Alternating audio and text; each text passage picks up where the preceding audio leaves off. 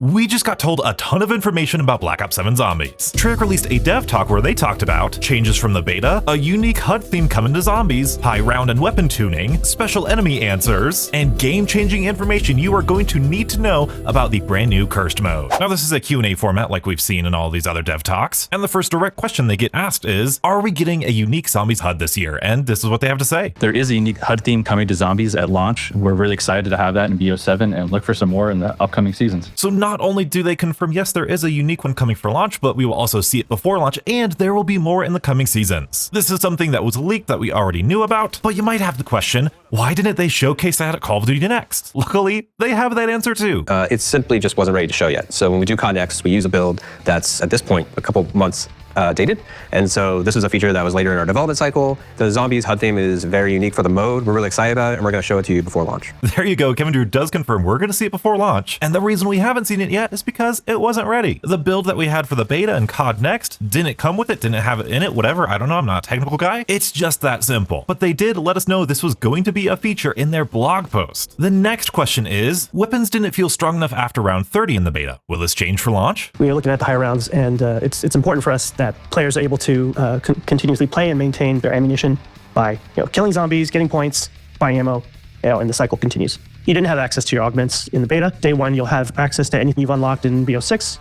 And that's going to be really helpful for maintaining your economy. Now, I know he didn't say it right there, but he did mention, hey, with augments, this is going to be a lot better. And subscribe, because literally I have tomorrow's video already scheduled in which I use the Black Ops 7 weapons with the best attachments, and then I theorize what the best augments are going to be and what they're going to do to the weapons and just how strong they are. And spoiler alert, that actually does help out a lot. So once again, be sure to subscribe for that video tomorrow, but there is more. But first, we have to talk about the trap. So for the saw blade trap, we did decide to increase the price just a little bit there. We saw that a lot of players were spending a little bit of essence and almost making that all back. So we're going to bump that up, and we're also going to reduce the attraction on that. So this trap change, I think, is just fine. Obviously, like what he said, people would hit it for, I think, like 1,000 points. They'd get over 100 kills, get their points back, and just be able to flip that over and over, which is fine. But now they're going to make that cost a little bit more, so you still need to engage with, killing zombies and something other than traps. I am curious about the decreased attraction radius, though, because it seemed as though if you were stood up on the front of the car, then it really doesn't matter what the attraction radius is, because they would all go to that trap anyway. So we'll have to wait and see. But now we get to talk about any more weapon changes. Also, we have this change with SMGs, where at really close ranges, you'll get a damage bonus. The shock baton is getting some adjustments too. We wanted to make sure the weapon is balanced with the new abilities of heavy attack and critical attack. It was doing pretty significant damage during the beta, and we wanted to make sure we have room to grow with other weapons and give them their own identities. We've also made some other minor adjustments to a few other weapons, which you can find out When we go live.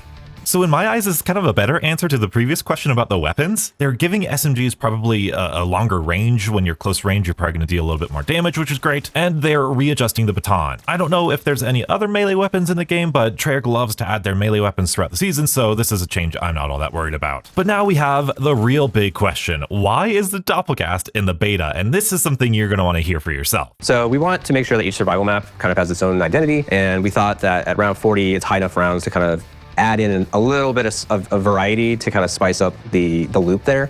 We thought the Doppleghast is a great kind of intermediate between the Zersa and the normal zombies and the Ravagers. But that's going to be something like each survival map will kind of have its own unique identity. Don't expect the Doppleghast to be in every survival map. This might be the only survival map it's in. Now, I both love and I hate this answer, because I want to make it clear, I do think round 40 having a special enemy in there is fantastic in terms of balance. I think it's great. I even think we could deal with a special enemy coming in at round 30 and maybe super sprinters coming in at 40. I don't know. That's just my crazy theory. I'm happy to see how it plays out here. I love that each survival map might get a different special enemy. I think each survival map having its own unique identity is fantastic. Very curious along that train of thought, very curious if they ever start removing things like the arsenal station or the crafting table from certain survival maps to give them even more identity, or if each survival map is going to have a different returning special enemy. I don't know. But what I hate about this answer is that nobody hated the Doppelghast in terms of balance. It was perfectly fine. It was perfectly balanced. The problem everybody had was it was the Doppelghast that we'd seen in the previous 4 maps. And so that raises the question, like, hey, is every special and elite enemy from Black Ops 6 going to come back into Black Ops 7? Oh, hey, look, that's exactly the next question. No. So for the most part, the enemies from Black Ops 6 aren't coming over. In general, like the evolutionary chain from Black Ops 6, so Parasite, Vermin, and Amalgam are not coming to Black Ops 7. No manglers.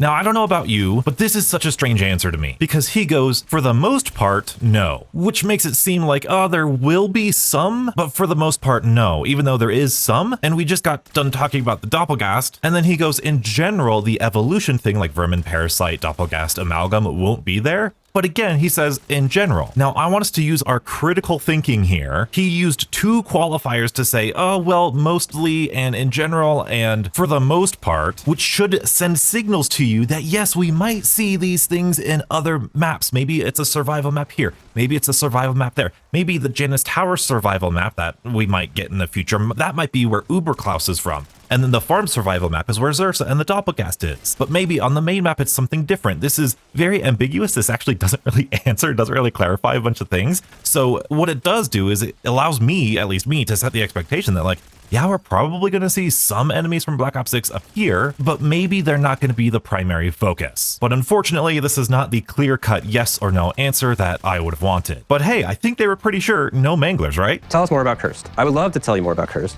but the mode is inherently built to be about discovery and letting the community figure out what is all in there. So we're trying to kind of strike that balance of letting you know the general shape of the mode. It's a harder, more advanced mode. And once you're in there, you have the classic point system, no mini-map, you start with the pistol. But besides that, there's other attributes that change, like ammo costs and things like that. But what you're doing in there is you're trying to find these relics. And each relic is this additional difficulty modifier. So you find that, you unlock it permanently, and you can activate relics and make the mode even harder. But by doing so, you'll also unlock additional rewards. And the first reward is once you hit kind of tier 1, is golden armor now becomes available in Cursed as a wall buy. With that said, let's try to answer some of the questions you do have about the mode. Now that was a lot of words here, but I love what he's saying. First and foremost, this is a challenge mode. This is not a classic mode, as we're about to see in some of these other questions. This is a mode that's meant to make the game more difficult and challenging, while also giving you rewards for doing those challenges. Very much like Skulls in Halo, or the Relics in Extinction, I've heard. But what I love about this is they are purposefully trying to make this secret. This is what we've been asking for so long. I can't tell you how many blog posts I've sat through in Cold War, Black Ops 6, and like everybody asked, they need to be more secretive. They need to tell us less about the mode and let us experience it on launch. This is exactly what we're doing. Yet, when they try to do it like they're doing here with Cursed, everybody just wants more information. If I were Treyarch, this is the last thing I would say about Cursed. I think what we have in this dev talk is enough, especially with these next questions. Can we get Cursed at launch without having to unlock it? So we know there's a lot of discussion about this, and we totally understand that players want to experience this version of zombies. So what we're gonna do is unlock Cursed as soon as someone out in the world completes the main quest in Ashes of the Damned. We'll make sure that everyone's able to go into that mode once that main quest has been solved. No pressure. I think this is a beautiful middle ground because, again, harkening back to the OG style of zombies, you have to beat the campaign in order to unlock Nocturne Totem and that sort of thing. It's a fun little thing, right? But also, it's pretty bad in terms of accessibility. People want to try out this new mode. People want to jump in and do this. So relegating it to the first in the world completion, I think would be awesome. Now, I want us to be patient and prudent with this because we might hear, oh my goodness, someone solved it, and here's the cutscene, or oh my goodness, they did this, and it might take Treyarch a little bit of time to actually activate it. So I want us to be patient with them. We really haven't seen this happen before, except for I think World War II with the survival maps, but I thought each person had to individually do the main quest on the torture path to unlock the survival maps. I could be wrong there, I don't know. But I also think a lot of people want to try this mode out on launch because they think this is going to be a classic mode, and again, that's not the case, even though I do think this mode has a lot of potential, and strangely enough, I think I'm even more excited about it after hearing this dev talk. So let's ask the question everybody wants asked. Will there be a relic to remove armor in Cursed? No. You really need armor to survive these high rounds. It's a harsh world out there. Without armor, you die pretty quickly. So we do have an augment for Vulture Aid that will automatically replay an armor piece for you when you pick it up, but also there's golden armor, which you can get after you upgrade to 3 plates. You're going to need golden armor in Cursed. It's a really challenging mode. When you start stacking those relics at higher tiers, it's essential. The big bombshell, there will not be a relic in Cursed to turn off armor. Now, I want to do a deep dive video about armor in the future, but I think this was a great way to kind of hint at players to say, hey, no, this is actually not a classic mode. This is going to be a challenge mode. In fact, you are going to need golden armor, especially once you get the relics stacked up there. In the creator call I was a part of, Kevin Drew said, talking about the point system, he's like, you guys are going to need this old point system. You guys are going to need a ton of points for this mode. Again, yes, there is confusion. Yes, there's a little bit of fogginess, but that is kind of what the mode is all about. It's all about us discovering it. So all of these questions that we have, what are these relics? What are these things? What are they going to do? The rewards, what do you mean it's going to be challenging? How is it going to be challenging? That's the thing they want us to experience. I just hope that it's a fun challenge and a balanced challenge, which I think is really difficult to do in zombies, but hey, we'll see. The fact that these relics are optional is also a very positive thing. And I know a lot of you are going to say, why can't they just get rid of armor? It's honestly a lot more complicated once you start actually thinking about it. Even the general gameplay in Black Ops 6, we have like 40 to 50 zombies on the map at a time. They have an insanely fast hit speed. They can reach you from so far away. Super sprinters are there. I mean, you could turn off super sprinters, but that would be a whole other thing. But then you look at a boss fight like Patient 13, and if you can only take 5 hits, you've got manglers, amalgams, and tentacles shooting gas at you, and Patient 13 himself ground slamming you. You would have to rebalance the entire zombie AI. You need to rebalance every single boss fight. You need to rebalance so many Easter egg stuffs. It is nowhere near as simple as you think it is by just getting rid of armor and making the zombies only deal 50 damage. If you do want to try that though for yourself and see for yourself, go to round 10 in Black Ops 6, take off all of your armor, zombies deal 50 damage there, and try to survive until round 30. It is not as simple as classic zombies. But talking about Black Ops 6, let's talk about these carry forward weapons. We've seen the discussion about this, and we are looking into how this might be doable, but no promises. I think this is such a vulnerable and honest answer. I appreciate them. It's not a yes, but we're looking into it and we're thinking. I've seen the suggestions of putting them as wall buys on certain weapons. I love that idea. I think that would be really charming, especially in a cursed mode, like having the PPSH on the wall. That would be really fun. If you're a fan of the channel, you know how much I just go back and forth with these legacy weapons and carry forward and this and that. I'm so split on it myself. I want Black Ops 7 to have its own identity, but I love those classic weapons, especially the PPSH. So I kind of understand everything about this. Now here's a funny question that I'm really happy to see here. Was the X-52 resonator from Season 6 originally supposed to be a wonder weapon? So we've seen your theories online. Sometimes the community can be pretty accurate. But in this case, no. This weapon was concepted a couple months after Shattered Veil had shipped, and it's intended for the Season 6 haunting, where the weapons team could really let loose and create, another fantastic weapon. This one in particular is made for the whole game. So, MP and zombies. I do not believe this answer one bit. Not at all. I ain't buying it. It works too perfect. It works too perfect for Shattered Veil. From the lore to the look to the functionality, it's a little suspect. That's what I'm saying. Now, let's be lighthearted about this. It's really not that big of a deal. It's a fun weapon. It's a cool weapon. Let's just enjoy it. And you're talking to the guy who would love to have a unique wonder weapon on Shattered Veil. Please, let's not lose our minds about it. It's not that deep. They also answered the question of what was the highest round during the beta, which if you didn't know, I believe it was Decal at round 617. It was 617, which is an impressive number given the time that players had to play Vandoorne Farm. So congratulations. Really cool that they highlighted that and pointed that out. And they're leaving us off with the big question, will there be a super Easter egg in Black Ops 7?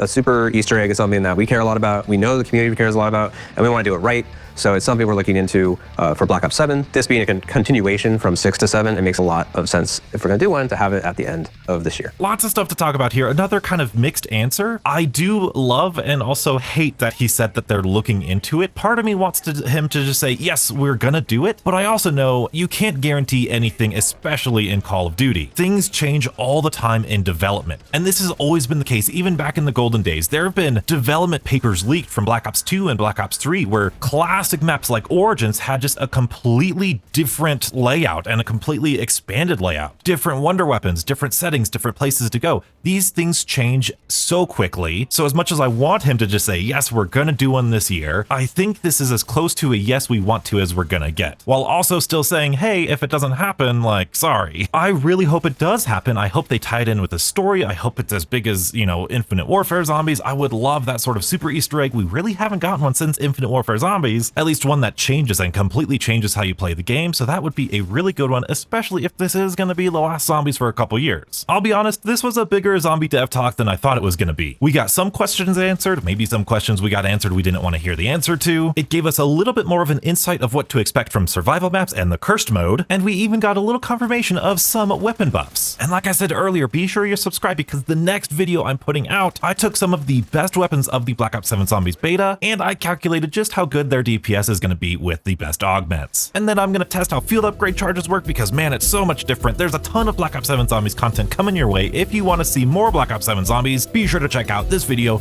and stay beautiful.